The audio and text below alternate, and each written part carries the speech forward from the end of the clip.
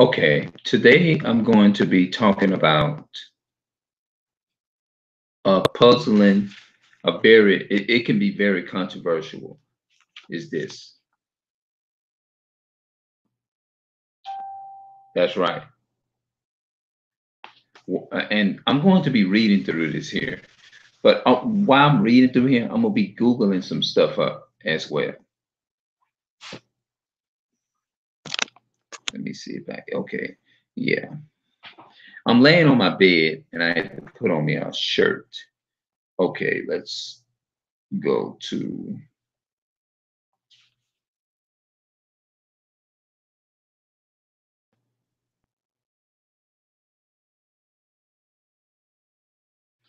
okay, let's look at, let's see here. I'm going to be going over some things. I really don't know how to start it off, but I'm going to, let's see, let me see. RON, roll. What is the definition of RON? According to your dictionary, proper noun, a diminutive of the male given name Ronald, a male given name of Hebrew origin, meaning song of joy. Oh, that's what that means? Song of joy, Ron. Hold on. Oops. I want to make sure I got the proper understanding. What is RON? According to Wikipedia, Rona, Inc. is a Canadian retailer of home improvement and construction. What is RON? According to Wikipedia, the return on net assets is a measure of financial performance of a company which takes the use of assets into account.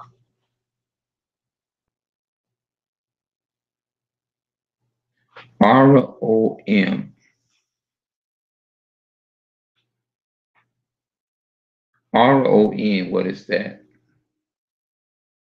According to Webopedia, short for run of network, in online advertising, RON is a type of online ad buying campaign where the banner, image, media, or text ads can appear on any website within an ad network.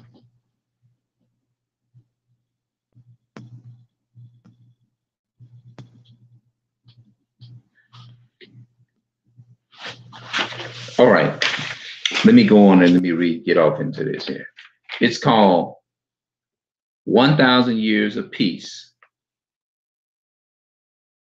Can you all think about what that is? 1,000 years of peace.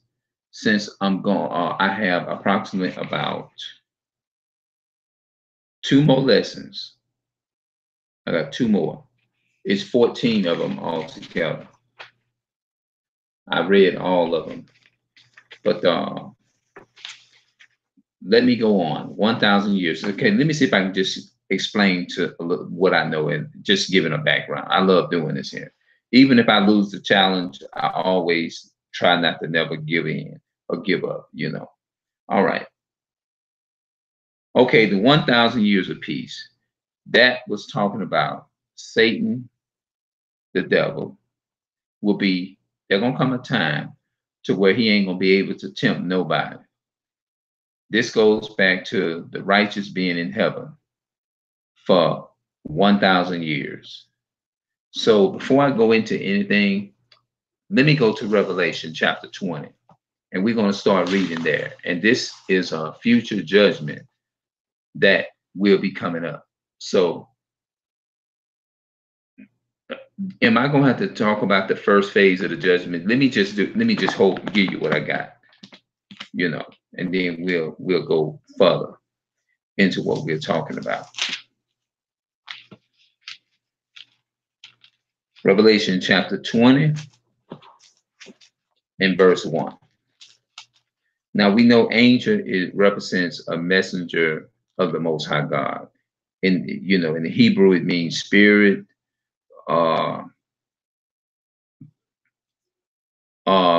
human being, a person. Angel in the Hebrew is spirit.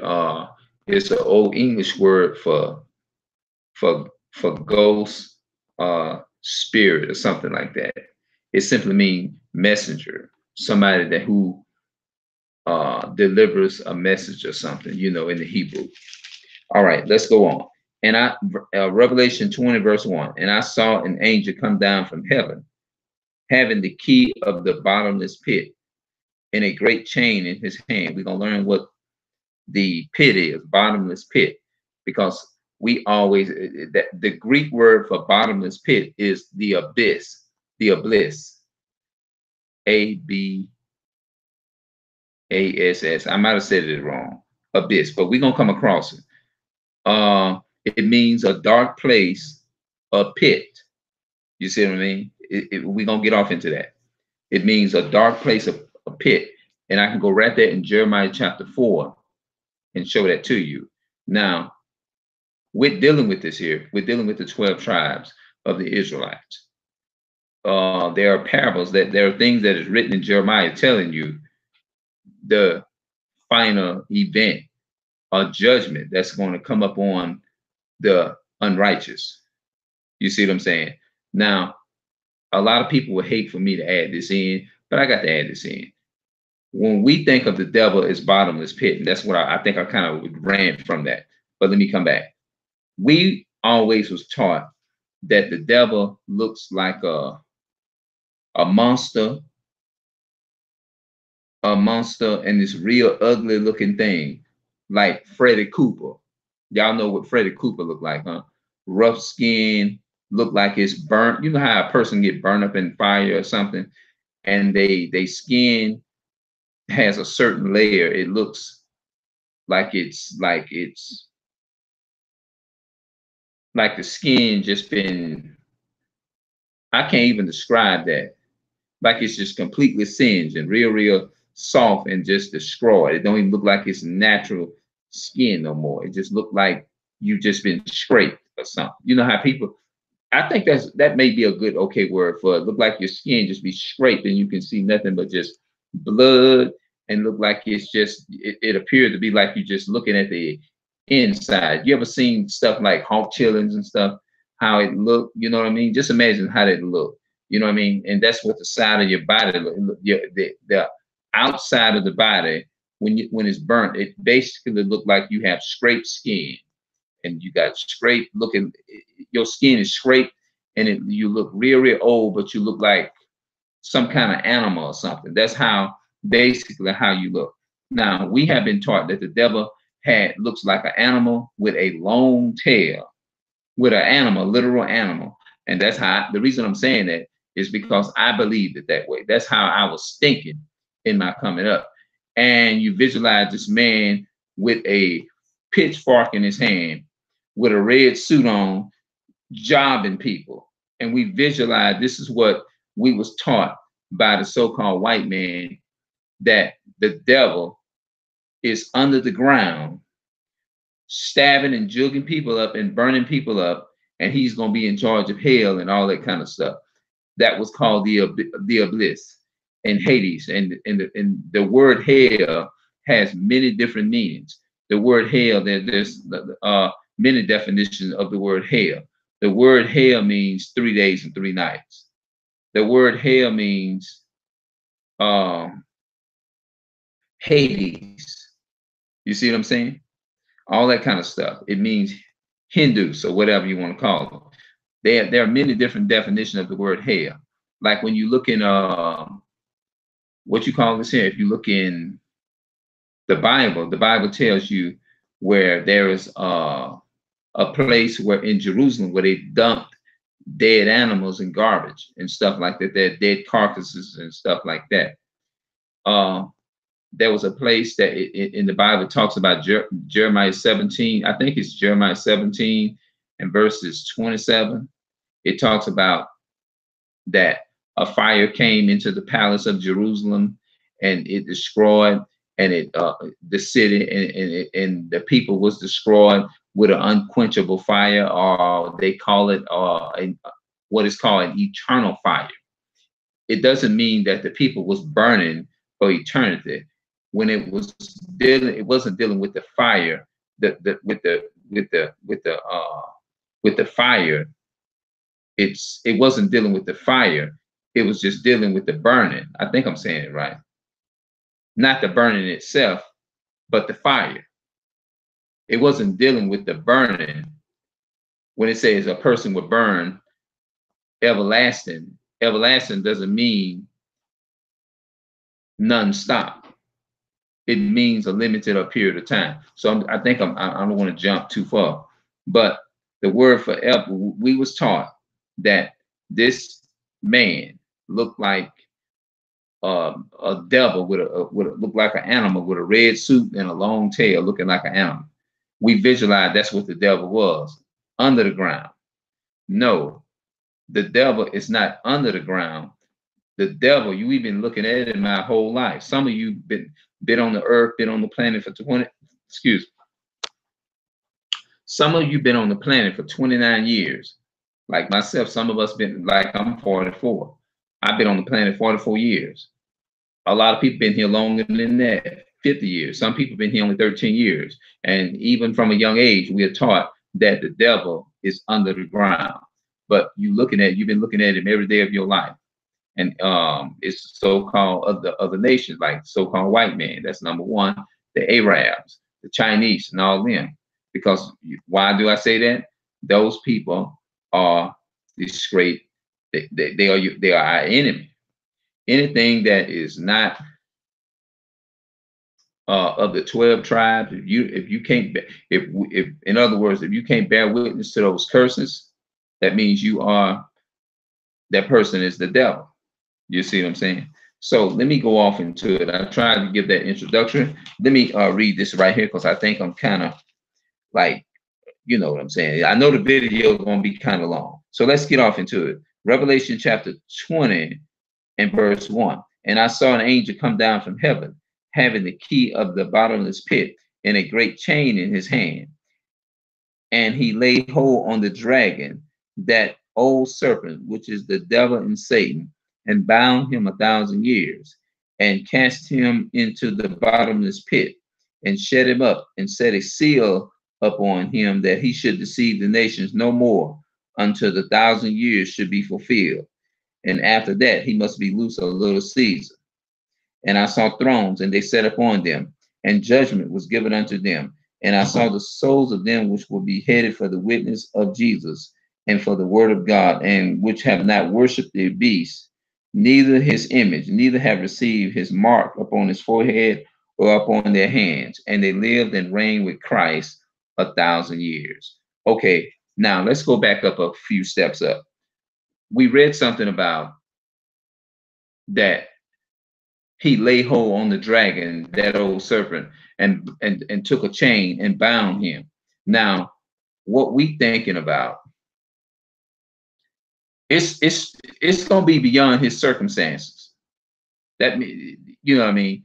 Mentally, he's not gonna be able to do that. But also, it's gonna come a time to where all these other races that helped took and put us in slavery, just like we are suffering for what our forefathers did not obey and follow the commandments of the Most High.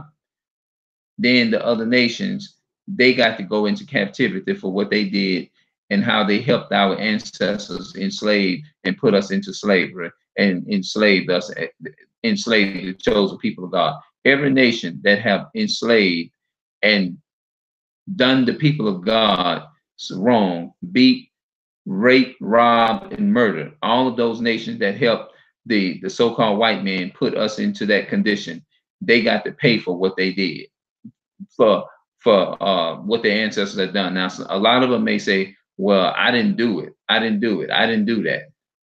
No, remember, they got to pay for the Bible says in Isaiah chapter 14, verse 21, he said, prepare a slaughter for his children, for the iniquity of their fathers. Prepare a slaughter for his children. That means that all the other nations that helped the so-called white man round us up and put us in slavery and enslaved us, they got to pay for what they did. They got to pay for what their ancestors have done. Now, a lot of people I think this is where a lot of people was probably will have a disagreement because they'll look at it and be like, that's not fair. How could he punish somebody who has nothing to do with that? They'll feel like that's an unjust God is to do something like that. It seems unfair, but he said, remember, he said, there are so many different places in the Bible where he said that even if you didn't do it, you still got to pay for what your ancestors done. Let me see if I can give you a little bit more clarity on that. Remember Noah, and most of you know who Noah is, right? We know Noah was a righteous man, right? Okay. Noah had 3 sons, right? He had Shem, and he had Ham, and he had Japheth. Ham, Shem, Ham, and Jacob. Shem, Ham, and Jacob. So Ham was the youngest son of Noah, and so the Ham took and cursed his son Canaan.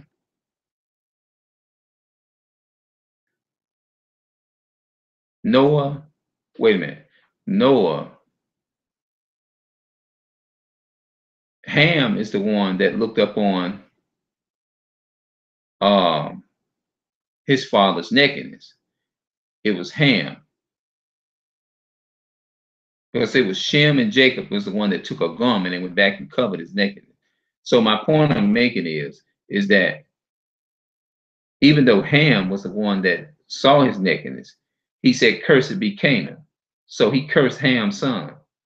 So those were the other nations, like the Ethiopians, the Africans, and all them other nations, Nigerian people, and all of those in the Ethiopian, all those people represents those are the ones that rounded us up and sold us over here to the so-called white man. So even though Canaan didn't have anything to do with what his father Ham looked up on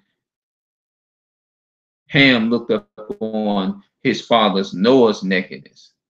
And instead of Noah cursing Ham, he didn't curse Ham, he cursed his offspring, which means it made Canaan's father curse, but he put the curse upon Canaan.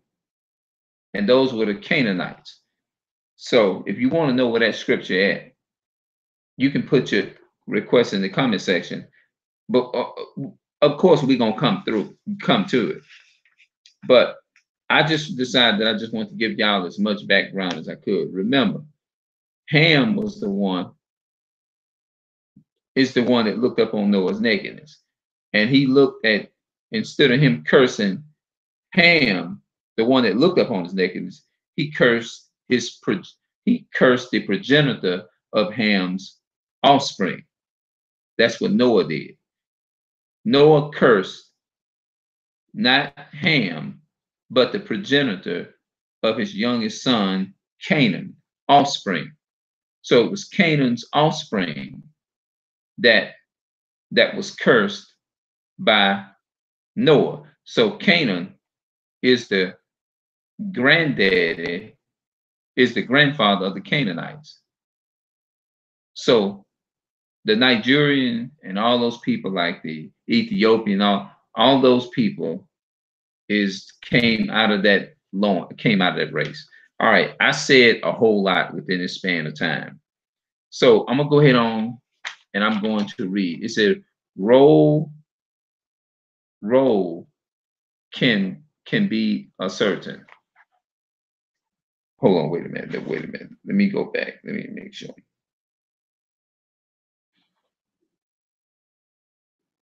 What is RON?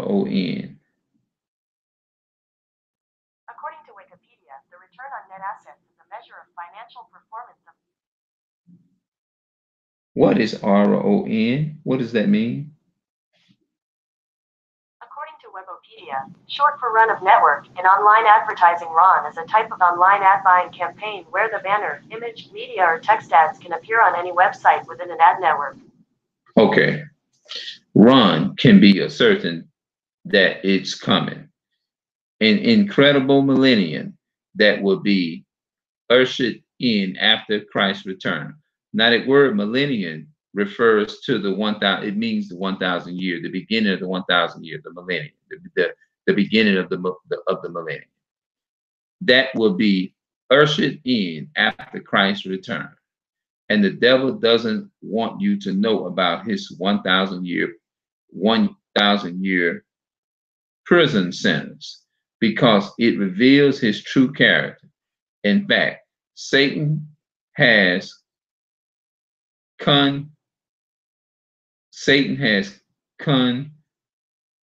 connected a counterfeit.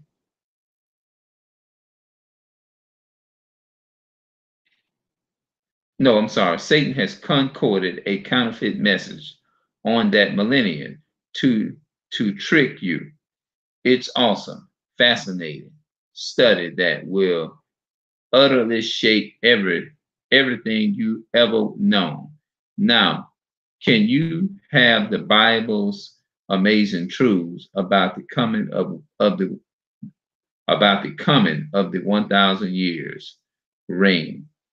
Number one, what event began this 1,000 year period? And they lived and they came and came alive and reigned with Christ for 1,000 years. Revelation 20, verse 4. For more on the subject of death, see study guide 10. Answer. A resurrection began with the 1,000 year period. Okay, number two, what is this resurrection called? Who will be raised in it? The righteous. That's the simple answer. This is the first resurrection. Blessed and holy is he who has part in the first resurrection. Revelation 20, verses 5 and 6. Answer. It is called the first resurrection. The righteous people, blessed and holy of all ages, will be raised in it. All right, let's go on. Verse 3. The Bible says there are two resurrections. When is the second resurrection, and who will be raised in it? The wicked. Simple question. Revelation 20, verses 5. The rest of the dead, those who were wicked, did not live again until the 1,000 years were finished. Revelation 20, verse 5, excuse me. All who are in the grave will hear his voice and come forth. So if you're in the grave and you're already in heaven, what would you need to be in the grave? Those who have done good to the resurrection of life, and those who have done evil to the resurrection of damnation. Answer. The second resurrection takes place at the close of the 1,000 year period. The wicked will be raised in this resurrection. It is called the resurrection of damnation. Please notice the resurrection of the righteous began the 1,000 years. The resurrection of the white, that's what started the millennium, or start the 1,000 years. Millennium is the same thing as saying 1,000 years. The wicked will be raised in this resurrection. It is called the resurrection of damnation. That's the second resurrection. The end of the millennium, or 1,000 year period, that will, like, we know that the first resurrection, the Black Messiah appeared in Bethlehem, right? That was the first time. Now, the second time, we know that it won't happen. He's gonna come back the second time. The second time is going to make the beginning of the millennium, which means the 1,000 years. That's what it's going to make up. Two, So all who are in the graves and will hear his voice and come forth, those who have done good to the resurrection of life, and those who have done evil to the resurrection of damnation. So he came the first time. That was the black Messiah came the first time in Bethlehem. That was the very first time he came. Okay, second time he came. I mean, he ain't come yet. When he come back this time, it's gonna be the second time. That's gonna be the righteous reign. That's mean that the righteous people is going to be with the Most High. You know what I mean? And that's where the so-called blacks, Hispanics, and Native Americans are going to rule the wicked. You know what I mean? The wicked, the so-called Arabs, all those people. That's where they're gonna be enslaved. That means they're not gonna be able to tempt or to do us wrong like they've been doing. They're not gonna be able to do it. Why? Because it's gonna be beyond their circumstances. You see what I'm saying? So that we're gonna reign and we're going to possess the wicked, the so-called white man, all those other people for 1,000 years. Okay, at the end of the 1,000 years, which is the end of the millennium, of the 1,000 years, he's going to come back. He's going to come back the third time. That third time is that when he's going to wipe them off the planet. Yeah.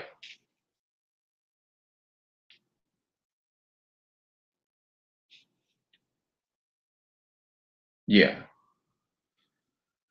So let's go on.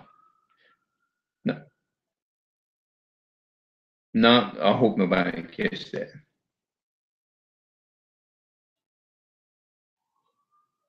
I hope nobody don't hear that. All right. The Bible says there are two resurrections. When is the second resurrection, and who will be raised in it?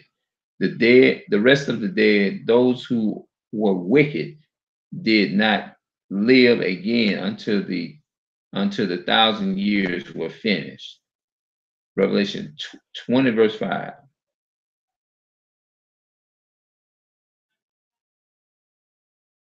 All who are in the graves will hear his voice and come forth. Those who have done good to the resurrection of life, and those who have done evil to the resurrection of damnation. St. John chapter 5, verses 28 and 29.